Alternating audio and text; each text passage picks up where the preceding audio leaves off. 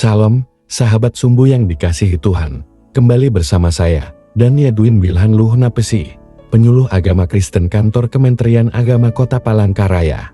Kitab Amsal pasal 6 ayat 6-11 berkata, "Hai pemalas, pergilah kepada semut, perhatikanlah lakunya dan jadilah bijak. Biarpun tidak ada pemimpinnya, pengaturnya, atau penguasanya, ia menyediakan rotinya di musim panas dan mengumpulkan makanannya pada waktu panen." Hai pemalas, berapa lama lagi engkau berbaring? Bilakah engkau akan bangun dari tidurmu? Tidur sebentar lagi, mengantuk sebentar lagi, melipat tangan sebentar lagi, untuk tinggal berbaring. Maka datanglah kemiskinan kepadamu seperti seorang penyerbu, dan kekurangan seperti orang yang bersenjata. Sahabat sumbu yang dikasihi Tuhan, kita akan bersama-sama merenungkan firman Tuhan ini dalam sorotan tema, kaum rebahan. Kaum rebahan merupakan istilah masa kini untuk menggambarkan aktivitas anak muda yang kerjaannya berbaring sepanjang hari. Istilah kaum rebahan makin populer pada masa kini seiring dengan kemajuan media sosial dan juga banyaknya game online di gawai mereka masing-masing.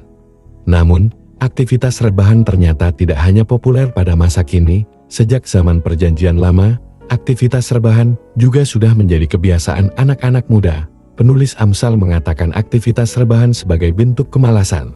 Penulis menggambarkannya dengan beberapa sindiran yang menohok, antara lain menyuruh pemalas untuk belajar kepada semut. Amsal pasal 6 ayat 6, berbaring terus, setelah bangun kembali mengantuk. Amsal pasal 6 ayat 9-10. Selain menyindir kaum rebahan, penulis Amsal juga menuliskan konsekuensi yang akan menimpa kehidupan anak muda jika kemalasan itu terus berlanjut.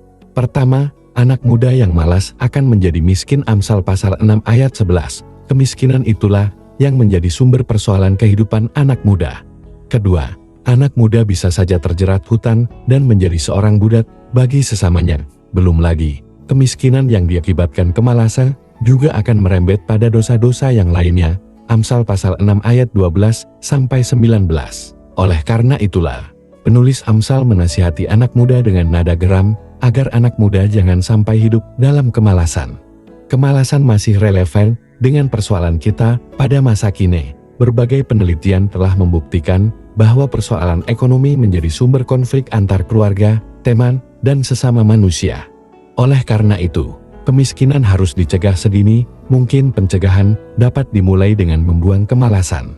Kemiskinan berkorelasi dengan kemalasan. Penulis Amsal memerintahkan kita untuk belajar dari semut yang meskipun lama, tetapi tidak pernah malas bekerja. Nasihat itu mengajak kita untuk mengasah peri kemanusiaan.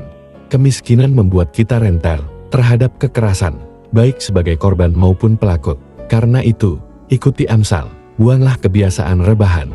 1 Timotius pasal 4 ayat 12 berkata, "Jangan seorang pun menganggap engkau rendah, karena engkau muda. Jadilah teladan bagi orang-orang percaya, dalam perkataanmu, dalam tingkah lakumu, dalam kasihmu, dalam kesetiaanmu, dan dalam kesucianmu." Amin.